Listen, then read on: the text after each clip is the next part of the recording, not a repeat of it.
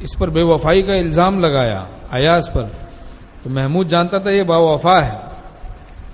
تو اس نے امتحان کے طور پر ایک موتی جو اس کے خزانے میں ایک ہی تھا اور ایسا کوئی موتی نہیں تھا، تو اس نے کہا کہ بھائی 65 وزراء جو تھے وہ حسد میں مبتلا تھے ایاز سے، تو ایک ایک کو بلایا اور اس سے کہا کہ بھائی اس موتی کو توڑ دو۔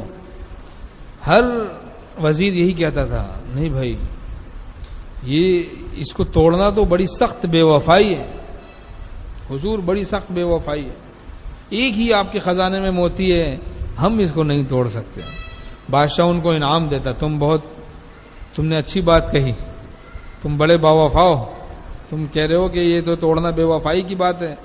اور ایک ہی موتی ہے، یہ تو آپ کے ساتھ بے وفائی ہو جائے گی، ہم اس موتی کو نہیں توڑ سکتے۔ بادشاہ انعام بھی دیتا۔ ہمارے شیخ رحمۃ اللہ علیہ فرماتے تھے کہ دیکھو جب غلطی پر انعام ملنے لگے تو سمجھ لو حالت خطرناک، گناہ بھی کر رہے ہیں، نوکری بھی چل رہی ہے اچھی،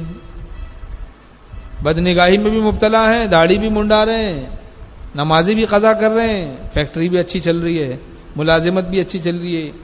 اس کا یہ مطلب نہ نکالو کہ اللہ راضی ہے، اس کا یہ مطلب نکالو کہ ہماری حالت خطرناک ہے۔ فرعون کو جب اللہ نے پکڑا تو ہلاک ہی کر دیا ایک دم پکڑ کے، جبکہ ایک طویل عرصے تک اس کے سر میں بھی درد نہیں ہوتا تھا، لیکن جب پکڑا تو ہلاک ہی کر دیا۔ تو ایسا نہ ہو کہیں ہمیں بھی پکڑے اور ہلاک کر دے۔ اس کا الٹا آج کل مطلب نکالا جاتا ہے، کسی کی نوکری اچھی لگ گئی تو وہ کہتا ہے کہ اگر اللہ مجھ سے ناخوش ہوتا، ناراض ہوتا، اس داڑھی پر، اس ننگی فلموں پر، لڑکیوں کے ساتھ تعلقات پہ ناراض ہوتا تو میری نوکری کیوں اچھی ہوتی۔ دشمنوں کو عیش آب و گل دیا، دوستوں کو اپنا درد دل دیا، ان کو ساحل پر بھی طغیانی ملی، مجھ کو طوفانوں میں بھی ساحل دیا۔ جب پہلے زمانے کے بادشاہ لوگ کسی کو پھانسی دینا چاہتے تھے تو چند دن تک شاہی خرچے پر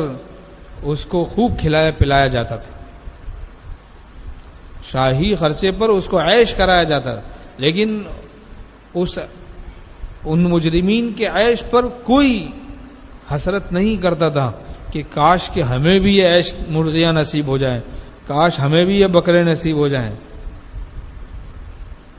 جس عیش کے بعد آگے پھانسی یہ موت ہے، ایسے عیش پر کون حسرت کرے گا؟ تو ان کافروں کی نعمتوں پر ہم لوگ حسرت نہ کریں، یہ چند دن عیش کر رہے ہیں، پھر اس کے بعد جہنمی جہنم، پھر ان کا عیش ان کے عذاب کی زیادتی کا سبب بنے گا کہ ایک آدمی نے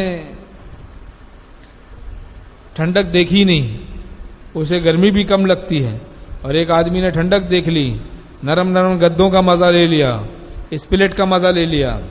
محلات کے مزے لے لیے، اب جب وہ جہنم میں جائے گا تو اس کا عذاب بہت ہی سخت محسوس ہوگا اس کو۔